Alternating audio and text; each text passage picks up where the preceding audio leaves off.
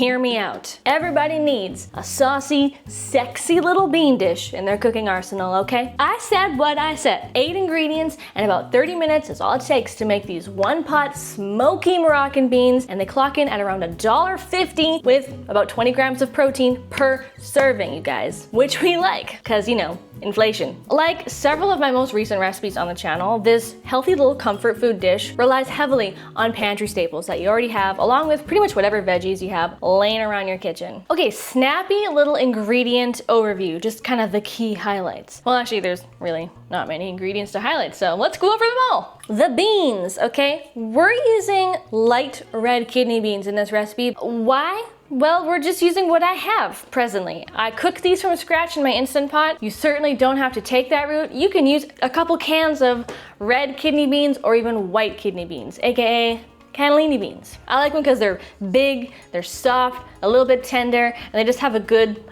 bite, you know? I like a big bean. I like big beans and I cannot lie. You other beans, can't deny. Canned diced tomatoes, because it's a cheap pantry staple that a lot of people have. Onion and garlic. Need I say more? You don't have to use a red onion. Again, this is just the last onion in my house, so I'm using it. For veggie prep, you just need to finely dice your onion and your garlic. And for the other veggies, I'm using carrot and a bell pepper. You can always switch those up as well. It doesn't have to be a red bell pepper. If you don't want carrot, you could use sweet potato. And all you gotta do is finely chop up your carrot and bell pepper, and boom, your veggie prep is done. Okay, now just grab yourself some sort of cooking vessel.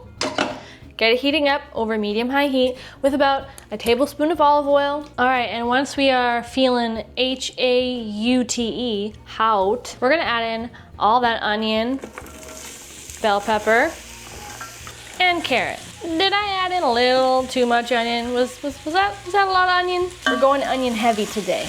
All we're gonna do now is we're just going to let all these goodies render down, saute for about 5, maybe 7 minutes tops, just until they're softened a bit and they have somewhat begun to caramelize. We're gonna get into the Moroccan part of the recipe. Yes, these spices are what kind of give this a Moroccan inspired feel, with spices like smoked paprika, cumin, cinnamon, and some red chili flakes. We're gonna toss those in with the veggies, and we're going to just give them a quick stir, let them kind of toast. Ow, I forget this is always so hot. Let them toast and bloom for about 30 seconds or so. Some other great spices you could add are coriander, ground ginger, turmeric. If you want it like extra smoky, you could even double up the smoked paprika. Oh my God, that smells so good. Okay, now that we've got some serious flavor going on, we're gonna add in that 28-ounce can of diced tomatoes and our kidney beans. Now, again, like I mentioned, these are ones that I cooked today in my Instant Pot, and I mentioned you can use canned. In hindsight, I think I honestly should have cooked a little bit more. What I have here is about, I want to say roughly 2.5 cups, which is a little more than a 19-ounce can of beans. I probably would opt for about 4 cups. I feel like that would really like fill this out a little bit better, but these are fine. These are totally fine. So now what we're gonna do is we're just going to let this kind of stew away for about 10 minutes. Let things just cook, develop some nice flavor. I'd cover it, honestly.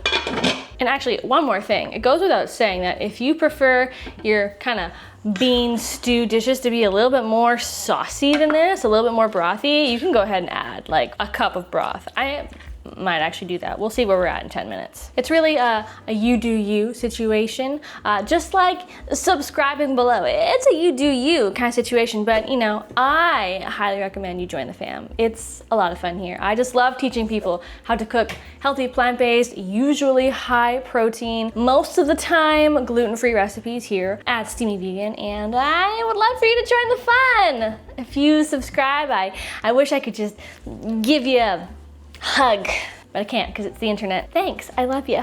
Okay, one more fun little task that you can do while things are stewing away here is we're gonna make what I call my anti-vampire juice, okay? I like to stir it in at the end for a nice garlicky punch because the main ingredient in this anti-vampire juice is that garlic we mixed up. So grab yourself a little bullet blender. I just have this little cup that comes with my immersion blender.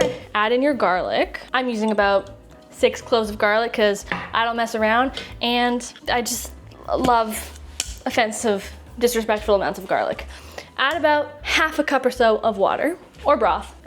That's about good. Plus a 1/4 cup of nutritional yeast. Add that in. Ah! You saw nothing. How did that happen? Oh God, it's stuck. Oh no. I almost died. Oh God, that was stressful. Okay, and now we're going to take our immersion blender, which is plugged way over here, and I can't stretch it out all the way over. We're going to blend. Blend until we have a nice, smooth, creamy, garlicky mixture. That was aggressive. It does not have to be this chaotic, I swear. Well, I wasn't expecting to get a cheesy, garlicky facial tonight, but here we are. This is what you want, anti-vampire juice. Okay, this is our 5-minute check-in, and things are looking rather nice here, folks. I mean, it's getting kind of creamy. All the starches from the kidney beans are starting to kind of leach out and thicken things up like a nice little gravy situation, but I want more, okay? I want more. So I had this brilliant idea just now. As I said, I cooked my beans in my Instant Pot today, so I have all the leftover cooking bean liquid, which is full of starch, which is great. So why not add like a cup into the mix?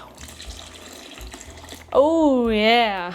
Oh yeah. The Kool-Aid man took over. Now when we stir that in, let that thicken up for the next 5 minutes. Oh, we're gonna have a saucy, creamy, dreamy situation. Oh my God. Don't forget to season with salt and pepper. Ooh.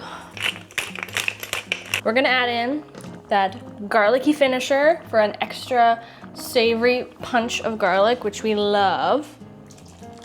I do this so often. Not for the faint of heart, because, you know, garlic. This is optional, but highly recommended. About a 1/4 cup of some raisins.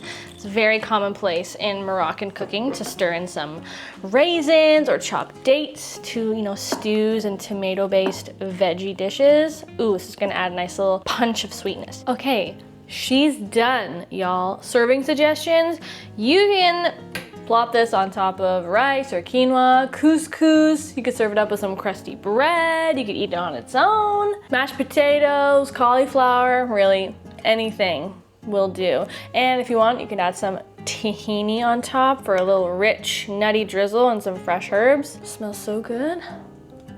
Mmm, dirt cheap comfort food. Like, you cannot get better than this.